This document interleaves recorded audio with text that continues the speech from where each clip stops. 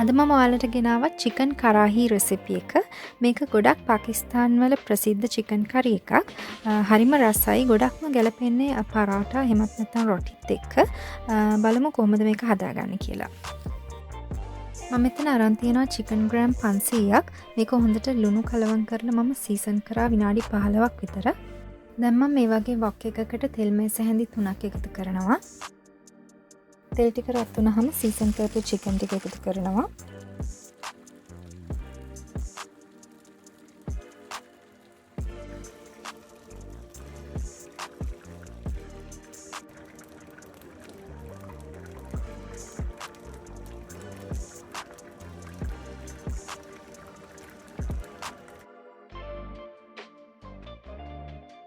Chicken ටික ලාවට බෙදීගෙන එනකොට මම තක්කාලි ගෙඩි දෙකක් එකතු කරනවා. දැන් මේක පියනකින් වහන්න. වහලා විනාඩි 5කින් විතර අරලා බලන්න තක්කාලි වල පොතු ගැලවෙනවා. අපි මේ පොතු ටික ඉවත් කරන්න ඕනේ.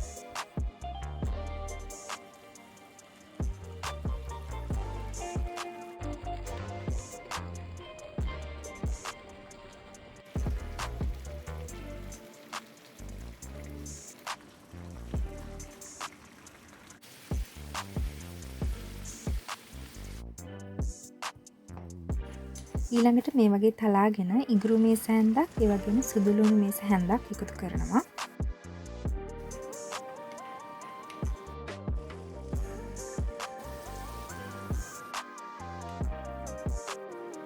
ඊළඟට යෝගට් මේස හැඳි දෙකක් එකතු කරන්න. ඊළඟට සුදුරු කුඩු මේස හැන්දක්, කොන පහ කුඩු මේස හැඳි භාගයක්, මිරිස් කුඩු මේස හැන්දක්, රස අණු ලුණු එකතු කරන්න. ඊළඟට මම වතුර කෝප්පයක් එකතු කරනවා. පියනකින් වහලා මේ වතුර ටික පොඩක් හිඳනකම් උයා ගන්න ඕනේ.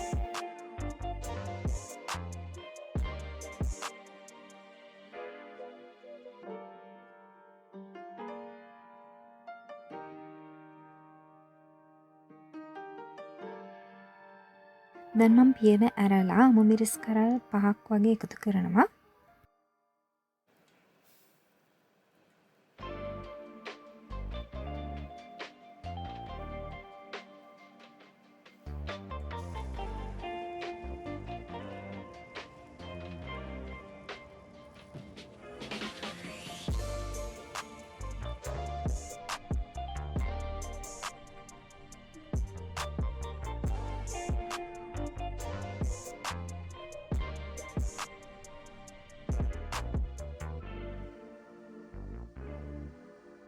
ඊට පස්සේ ඉඟුරු ටිකක් මෙන්න මේ විදිහට කපලා උඩින් එකතු කරන්න.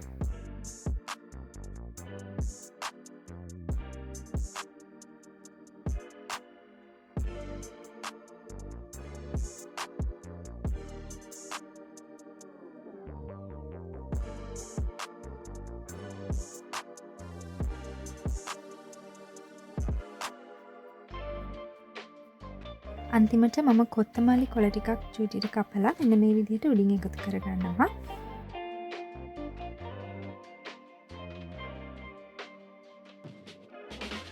දැන් අපේ චිකන් කරාහි එක ලෑස්ති.